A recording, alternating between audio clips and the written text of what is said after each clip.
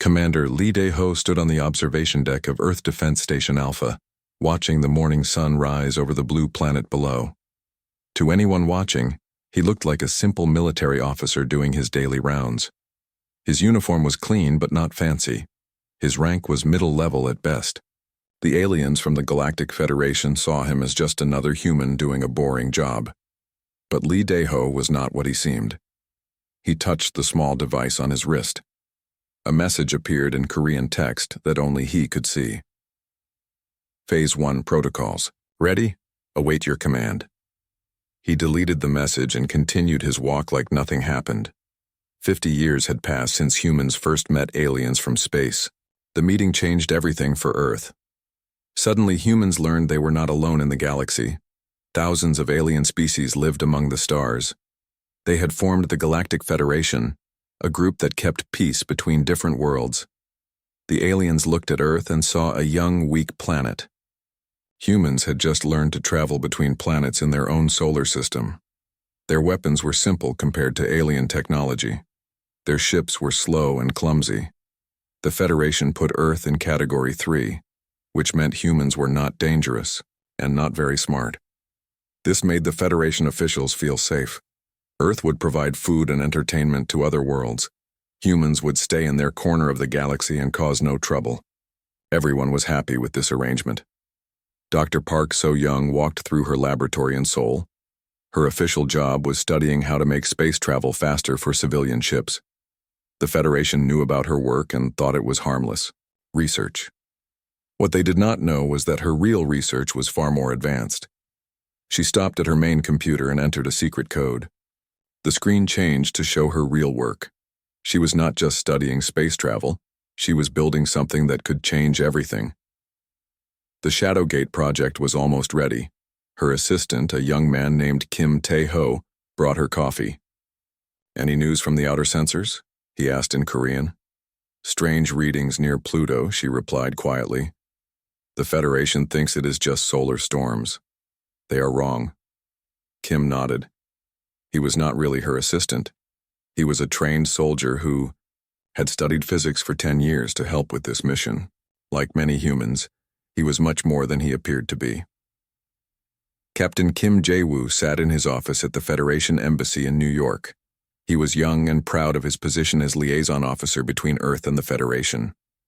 He truly believed that humans were weak and needed protection from stronger alien races.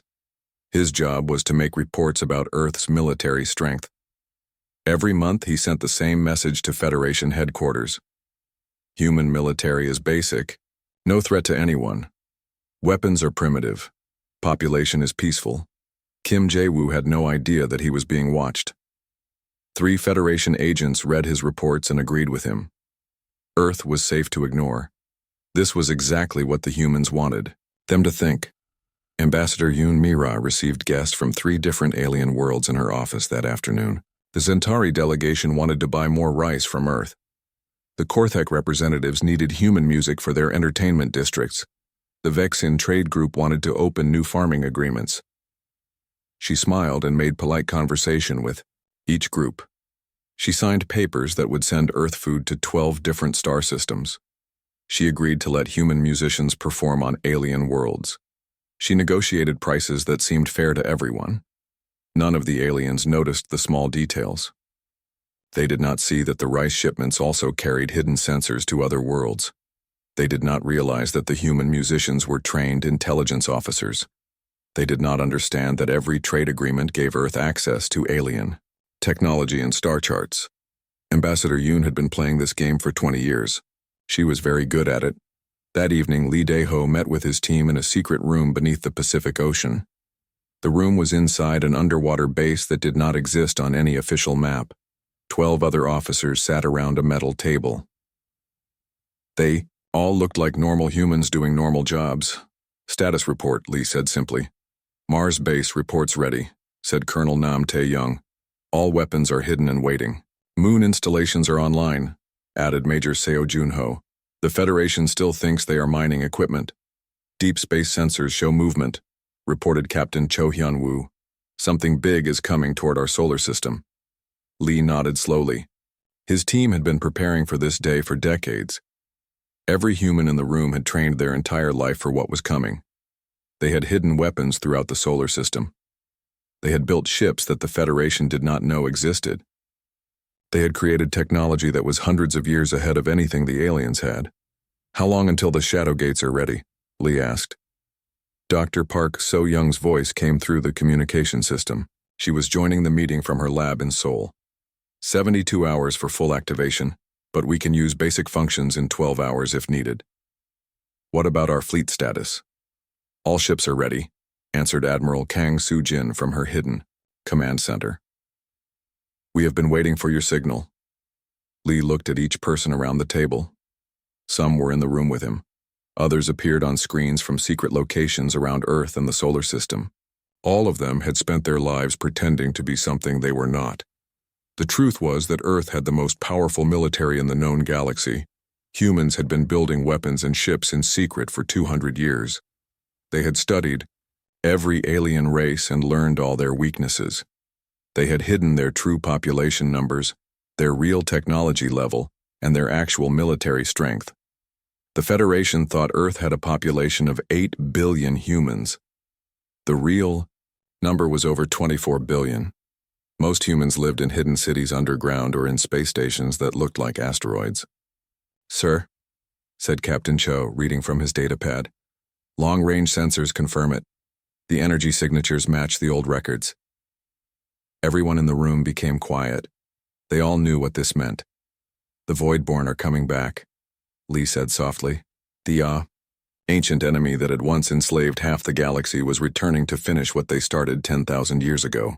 They would expect to find the same weak civilizations they had conquered before. Instead, they would find humanity waiting for them." Lee stood up from his chair. "Send the activation codes to all units. Wake up the Shadow Fleet. It is time to show the galaxy what humans can really do." The secret war was about to begin. The first sign appeared 3 days later. Captain Kim Jae-woo was drinking his morning coffee in the Federation embassy when all the communication systems started screaming at once. Red lights flashed on every screen. Emergency signals came from 12 different alien worlds. "What is happening?" Kim asked the Zentari communication officer. The tall, blue-skinned alien looked terrified. "Massive energy readings beyond Pluto. Structures appearing from hyperspace. The signatures match old records from our archives." Kim felt confused. "What old records?" The alien turned to stare at him with wide, frightened eyes. "The Voidborn Empire. They have returned." Across the solar system, every Federation ship received the same message at the same time. It was broadcast on all frequencies in every known language. The voice that spoke was cold and mechanical, with no emotion at all. "Attention, inferior species. The Voidborn Empire has returned to reclaim what is ours. All worlds in this sector will surrender immediately. Resistance will result in complete annihilation. You have 72 hours to comply." Kim watched through the embassy windows as Federation ships began leaving Earth orbit as fast as they could move. Cargo vessels dumped their loads and activated emergency engines.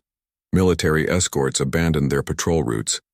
Even the mighty Zentari battlecruiser that had protected Earth for 5 years was preparing to run away. "They are leaving us," Kim said to himself, not believing what he was seeing. At that moment, Ambassador Yoon Mira walked into the communication center. She looked completely calm, like nothing unusual was happening. "Captain Kim, please send a message to your Federation headquarters. Tell them Earth declines their offer of evacuation." Kim stared at her. "Ambassador, we need to leave now. The Voidborn enslaved half the galaxy 10,000 years ago. Earth cannot fight them." "We will stay," she replied simply. "This is our home." Kim thought the ambassador had lost her mind. He activated his personal communication device to call for an emergency transport, but his call was blocked. All Federation communications from Earth were being jammed by something.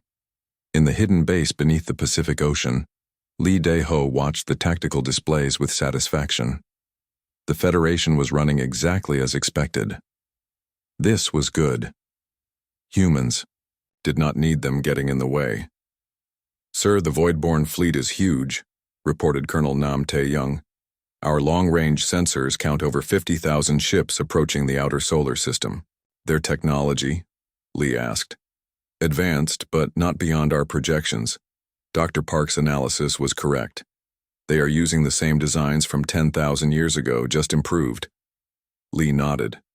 The Voidborn were powerful, but they were also arrogant. They expected to find the same weak civilizations they had conquered before.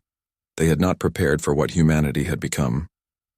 "Contact Fleet Admiral Cho Hyun-woo. Tell him to reveal himself and take command of all operations." A new voice came through the communication system. It was strong and confident. "This is Fleet Admiral Cho Hyun-woo of the Human Space Command. All units, this is not a drill.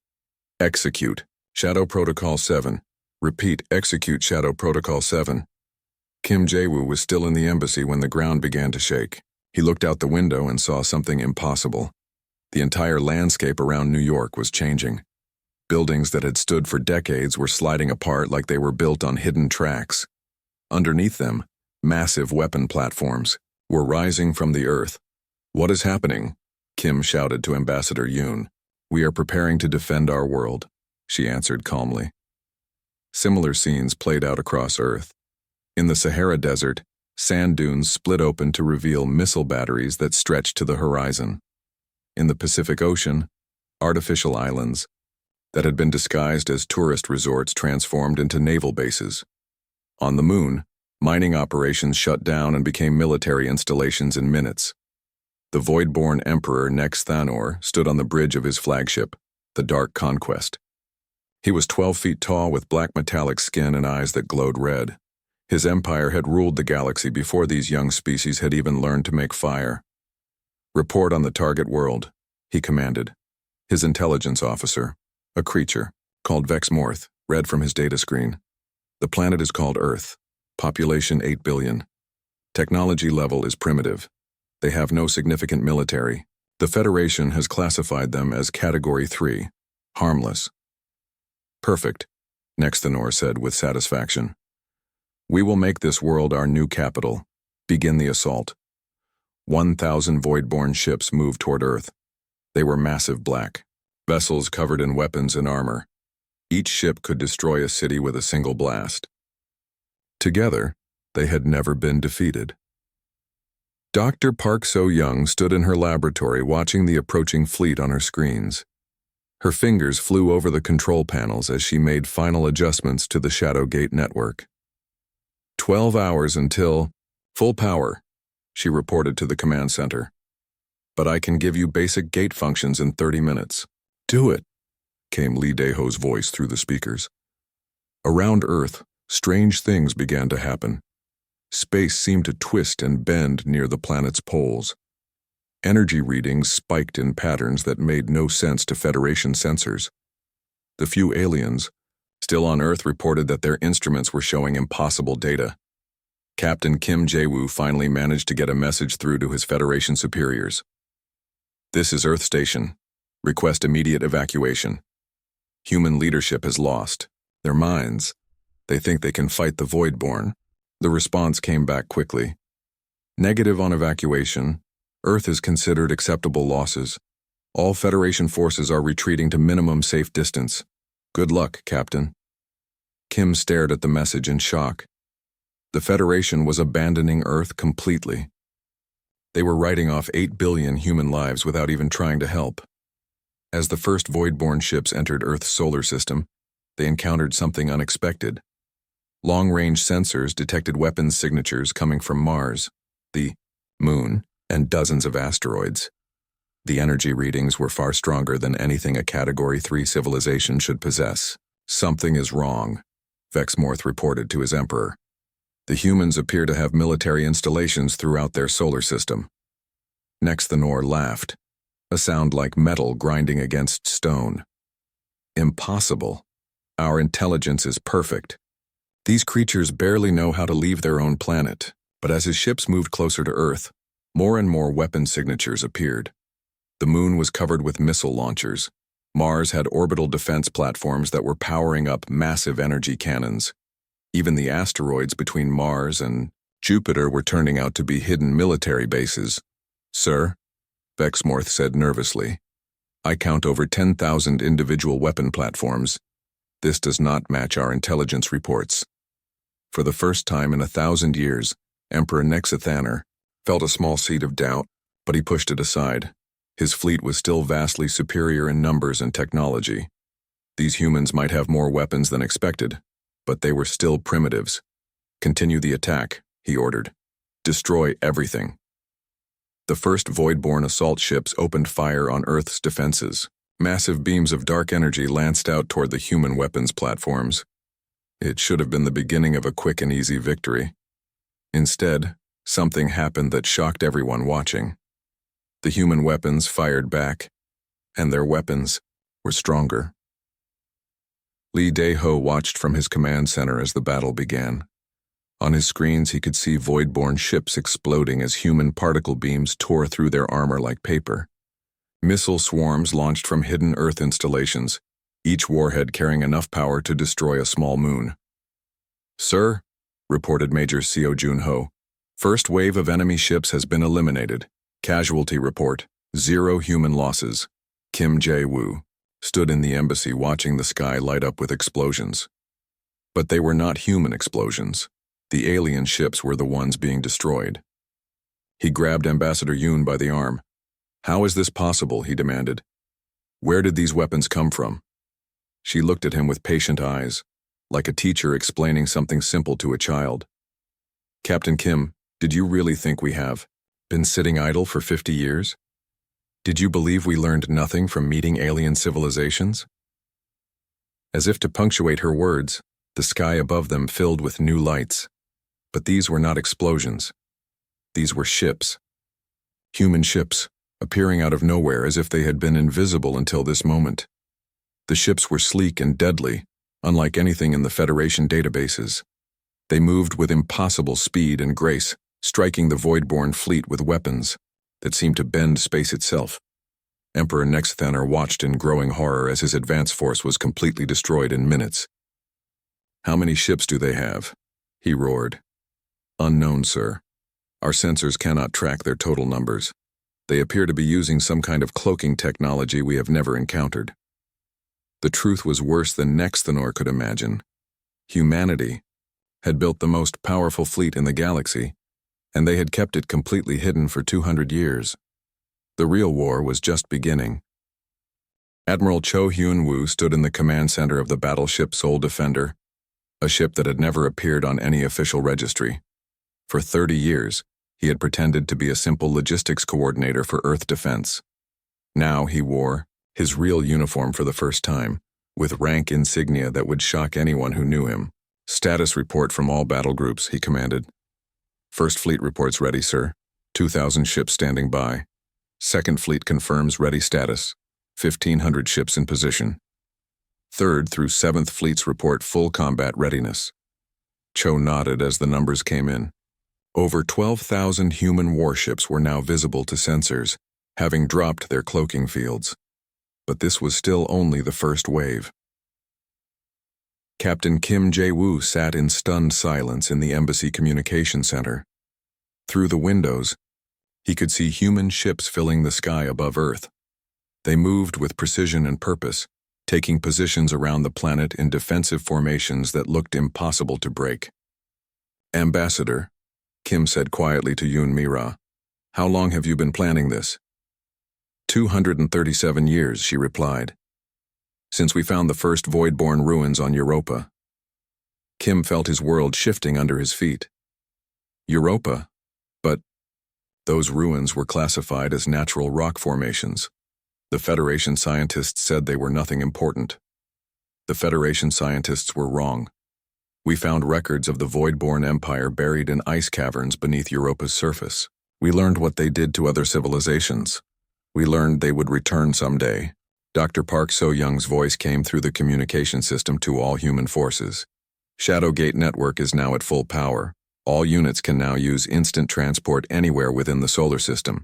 To demonstrate, 3 human destroyers simply vanished from orbit around Earth and reappeared behind the main Voidborn fleet in less than a second. The enemy ships spun around in confusion, trying to target enemies that could appear and disappear at will. Emperor Nexthanor watched this display with growing anger. His intelligence had been completely wrong about this system. The humans were not primitives. They had technology that his own empire had never developed. "Bring the main fleet forward," he commanded. "All ships maximum assault formation. I want these insects crushed immediately." 40,000 void-born warships moved toward Earth's solar system. Each vessel was a kilometer long and armed with weapons that could crack planets. It was the largest military force assembled in the galaxy for over 5,000 years. General Nam Tae-young commanded the ground-based defenses from a bunker complex that stretched for miles beneath the Swiss Alps. His official rank had been colonel, but his real position was Supreme Commander of Planetary Defense. "Sir, enemy fleet approaching Mars orbit," reported his tactical officer, Major Bae Min-ho. "Activate the asteroid belt installations," Nam ordered. What the Voidborn had thought were natural asteroids suddenly came alive. Hundreds of rocks between Mars and Jupiter revealed themselves to be massive weapon platforms, each one capable of destroying multiple enemy ships. Energy beams lanced out across space, striking the Voidborn fleet from angles they had never expected. But Nam's real surprise was still hidden. Captain Seo Jun-ho piloted his fighter ship, the Tiger Strike, through a swarm of Voidborn interceptors.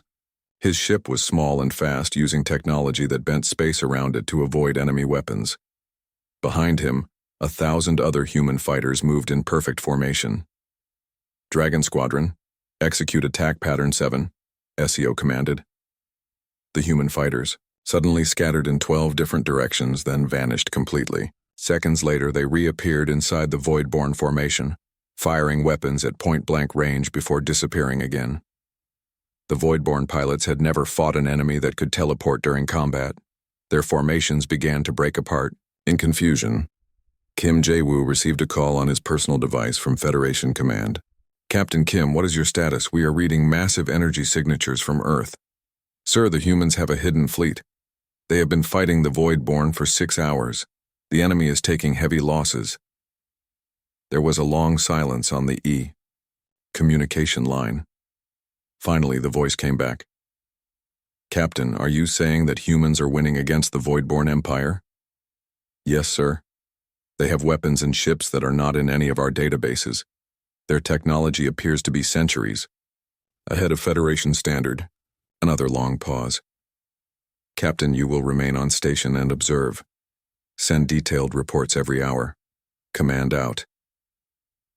Kim realized that the Federation had just learned something that would change everything. Earth was not a weak world that needed protection. Earth was the most dangerous military power in the galaxy. Admiral Kang Soo-jin commanded the Deep Strike Fleet from her flagship, the Incheon Thunder. Her ships were the most advanced in the human arsenal, capable of faster-than-light combat and equipped with weapons that manipulated dark energy. "Ma'am, enemy reinforcements approaching from hyperspace," reported her navigation officer, Commander Oh Sung-min. "How many ships?" "Over 30,000, Admiral. It's their main battle fleet." Kang smiled coldly. "Perfect. Signal all ships. Prepare for deep strike maneuvers. We're going to show these aliens what real space combat looks like." The Deep Strike Fleet vanished from normal space and reappeared directly in the middle of the arriving Voidborn reinforcements. The enemy ships had no time to react as human weapons opened fire from every direction at once. Emperor Nexthanor watched in disbelief as his reinforcement fleet began taking casualties before they had even finished exiting hyperspace. These humans were using tactics that no civilization had ever developed. "Sir, we have lost over 8,000 ships in the last hour," reported Vexmorth. "The humans have some kind of instantaneous travel technology. Our ships cannot track their movements." "Impossible," Nexthanor roared. "No species has ever developed technology superior to ours." But the evidence was clear on every tactical display. The human ships were faster, more maneuverable, and armed with weapons that cut through Voidborn armor like it was made of paper. Dr. Park So-young monitored the Shadowgate network from her laboratory. The system was working perfectly, allowing human forces to appear anywhere in the solar system instantly. But she had one more surprise ready. "Admiral Cho, the dimensional anchors are ready for deployment," she reported. "Excellent. Deploy them around the entire Voidborn fleet." Invisible devices appeared in space around every enemy ship. They looked like small metal spheres, but each one contained technology that could manipulate the fabric of space itself. "Anchors. Deployed and active, sir.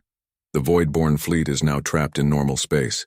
They cannot retreat to hyperspace." For the first time since the battle began, Emperor Nexithanor felt real fear. His fleet was trapped, unable to escape. The humans had planned this ambush perfectly. Colonel Bei Minho led his Marine battalion in boarding actions against Voidborn capital ships. The human soldiers wore armor that made them faster and stronger than any organic creature. Their weapons could punch through any known material. "Move fast, hit hard," Bei commanded as his troops teleported directly onto the bridge of a Voidborn dreadnought. "No prisoners." The alien crew tried to fight, but they had never faced human soldiers in combat. Within minutes, the massive enemy ship was under human control. Similar boarding actions took place across the Voidborn fleet. Human Marines appeared on dozens of enemy ships simultaneously, striking with surgical precision at command centers and weapon systems. As night fell over Earth, the battle had been raging for 12 hours. Kim Jae-woo stood on the embassy roof, watching the sky. The lights above were not stars. They were the explosions of Voidborn ships being destroyed by human forces. "We could have done this to any species in the galaxy," Ambassador Yoon said, joining him on the roof. "We chose not to. We preferred to let everyone think we were weak and harmless." "Why?" Kim asked. "Because we are not conquerors like the Voidborn. We only fight when we must protect ourselves or others who cannot protect themselves." Kim looked at her with new understanding. "You have been protecting the Federation all this time. If the Voidborn had attacked any other world first, humans would have come to help them. Of course, that is what civilized beings do." Admiral Cho received reports from all battle groups as dawn approached over Earth. The numbers were staggering. In 18 hours of combat, human forces had destroyed over 25,000 Voidborn ships while losing fewer than 50 of their own. "Sir, the enemy is requesting communication," reported his tactical officer. "Put them through." Emperor Nexthanor's face appeared on the main screen. For the first time in 10,000 years, the Voidborn leader looked defeated. "Human commander, I propose a ceasefire to discuss terms." Cho's response was simple. "There are no terms. Surrender completely or be destroyed. You have 1 hour to decide." The transmission ended. The most powerful empire in galactic history had just been given an ultimatum by a species they had thought was primitive. The age of Voidborn dominance was over. The age of humanity had begun. Emperor Nexithanor did not surrender. Instead, he activated a secret communication beacon that sent a signal across the galaxy. Within hours, massive hyperspace gates began opening throughout the outer solar system.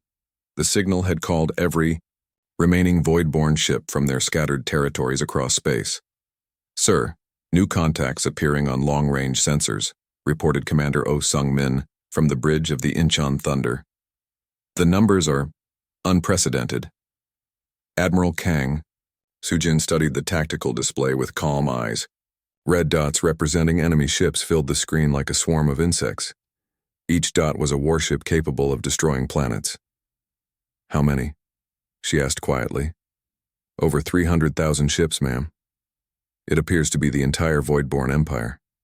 Kang nodded slowly. The enemy had just revealed their full strength. Now humanity would reveal theirs. Captain Kim Jae-woo watched from the embassy as new human ships began appearing in Earth's orbit. These vessels were different from the ones he had seen before. They were larger, more heavily armed and covered in armor that seemed to absorb light itself. "The reserve fleet," Ambassador Yoon explained, seeing his expression. "Our deepest secret." "How many ships do you have?" Kim asked in amazement. "Enough," she replied simply. The truth was that humanity had been building ships in hidden facilities throughout the solar system for over 2 centuries. Asteroid mining operations were actually shipyards. Scientific research stations were weapons laboratories. Even the ice harvesting platforms near Jupiter were manufacturing centers for military equipment. Dr. Park So-young stood in her laboratory. As energy readings climbed beyond anything her instruments had ever recorded, the Shadowgate network was about to be pushed to its absolute limits. "All gate stations report ready," she announced to the command network. "We can transport the entire fleet instantaneously, but the power drain will be enormous." "Do it," came Admiral Cho's voice. "Show them what the human race is truly capable of." Across the solar system, space itself began to bend and twist. The Shadowgate network created dimensional corridors that allowed ships to travel impossible distances in zero time. What had been humanity's greatest secret was now their greatest weapon. General Nam Tae-young activated his final surprise from the command bunker beneath the Alps.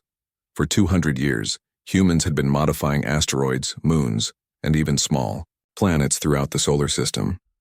Now these celestial bodies revealed their true nature. "Planetary defense system online," Nam announced. "All mobile battle stations report ready." What the Voidborn thought was Earth's moon suddenly moved. The entire satellite began changing course, revealing massive engine systems hidden beneath its surface. Similar transformations occurred throughout the solar system as moons and asteroids revealed themselves to be mobile weapons platforms. Emperor Nexthanner stared in horror at his tactical displays. The humans had turned their entire solar system into a weapon. Every planet, moon, and asteroid was armed and moving into combat positions. "This is impossible," he whispered. "No species has ever militarized an entire star system." "Sir," Vexmorth reported with a trembling voice, "our intelligence estimates were completely wrong. The humans have over 100,000 combat-ready ships. They have converted every celestial body in their system into military assets. Their technology level is far beyond our own." For the first time in his 10,000-year life, Nexthanner realized he might lose a battle. Colonel Bae Min-ho suited up in his combat armor as his Special Forces unit prepared for the largest boarding operation in galactic history. Human soldiers had been genetically enhanced for decades, their bodies modified to survive in any environment and fight against any enemy. "Listen up," Bae told his troops as they gathered in the transport bay. "Today, we end the Voidborn Empire forever. They enslaved billions of beings across the galaxy for thousands of years. Today, justice comes home." His soldiers cheered as they boarded ships designed for one purpose: to cut through enemy hulls and deliver human marines directly into the heart of Voidborn vessels. Captain Seo Jun-ho received new orders as he prepared his fighter squadron for the largest space battle in recorded history. His pilots were the best in the human fleet, trained in secret facilities hidden in the asteroid belt. "All fighter wings, this is command," came Admiral Cho's voice. "Execute Operation Starfall. Target the enemy command ships first, show no mercy." SEO smiled grimly as he activated his ship's combat systems. "Dragon Squadron, you heard the man. Let's end this war." 10,000 human fighters vanished from normal space and reappeared in the heart of the Voidborn fleet formation. Their weapons lit up the darkness as they struck at the enemy's most important ships. Admiral Cho stood on the bridge of his flagship as the largest military force in galactic history prepared for battle. Around him, his officers worked with calm efficiency. These were people who had trained their entire lives for this moment. "Sir, all fleets report ready," announced his tactical officer, Commodore An Ye-jin. "Total ship count, 97,412 vessels." "Signal all ships," Cho commanded. "Today we fight not just for Earth, but for every species the Voidborn have enslaved. Today we bring freedom to the galaxy." The human fleet moved forward as one massive force. Ships that had been hidden for generations finally revealed themselves. The Reserve Fleet, the Deep Strike Force, the Planetary Defense Corps, and dozens of specialized battle groups all advanced together. Kim Jae-woo watched the tactical displays in the embassy with growing amazement. The human fleet was not just larger than anyone had imagined. It was better organized, better equipped, and better trained than any military force he had ever seen. "Your people have been preparing for this exact battle for 2 centuries," he said to Ambassador Yoon. We studied every record we could find about the Voidborn Empire. We analyzed their tactics, their technology, their weaknesses. We prepared for the day they would return. And now? Now we finish what they started 10,000 years ago. Dr. Park So-young initiated the final phase of her life's work. The Shadowgate network expanded beyond the solar system, creating dimensional corridors that reached into deep space.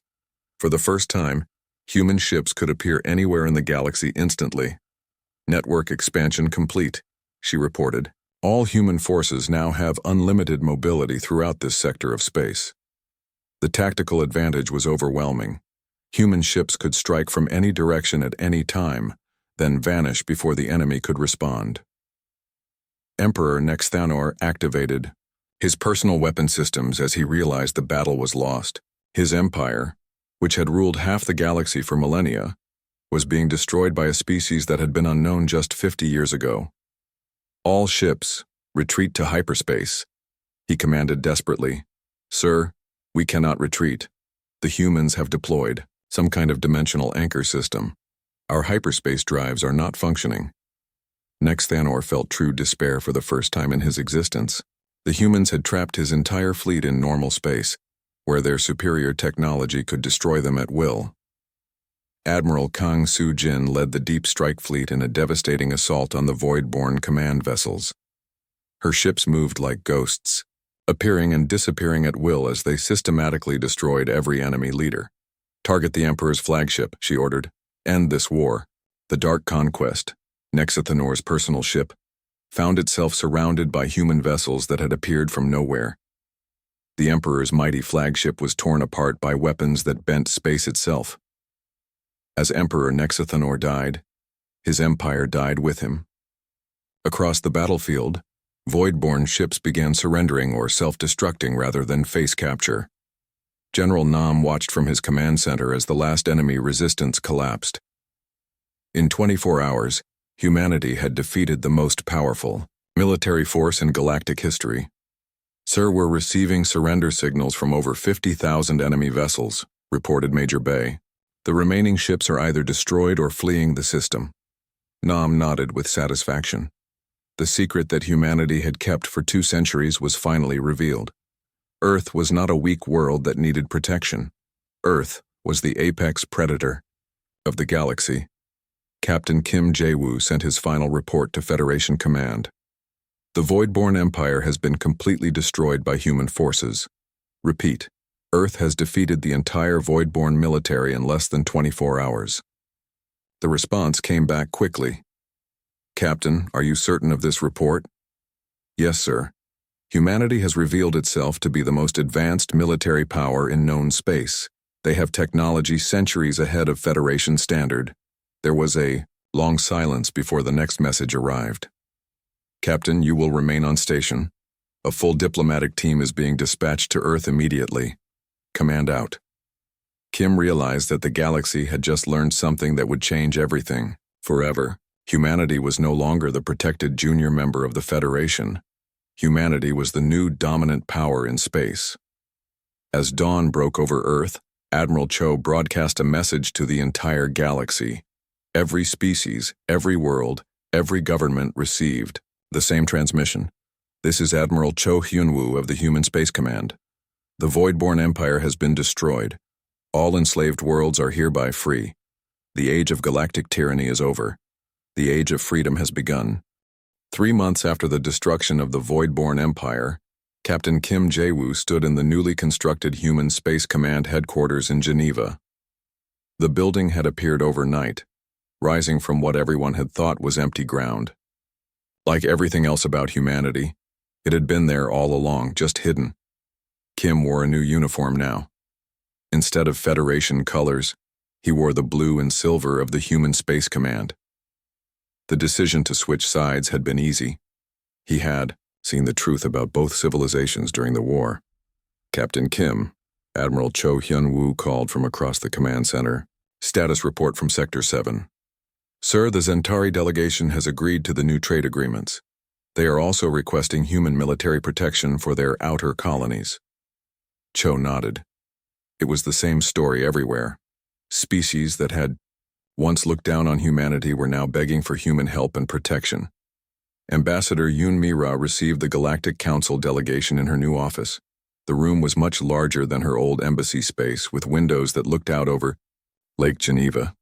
Representatives from 47 different species sat around a massive conference table. "The proposal is simple," Yoon said calmly. "The Federation as it existed is finished. The old system failed to protect anyone from the void-born threat. We need a new organization based on mutual respect and shared defense." The Zentari ambassador, a tall blue creature named Zektar, spoke for many of the others. "Ambassador Yoon, humanity has demonstrated military superiority beyond anything we imagined. What guarantee do we have that you will not become the new oppressors?" Yoon smiled patiently. "We could have conquered the galaxy at any point in the last 50 years. We chose not to. We revealed our strength only to defend against a threat that would have enslaved or destroyed everyone." Dr. Park So-young stood in her expanded laboratory, now officially recognized as the Shadowgate Research Institute. Scientists from dozens of species worked alongside human researchers, learning how to use technology that could revolutionize galactic civilization.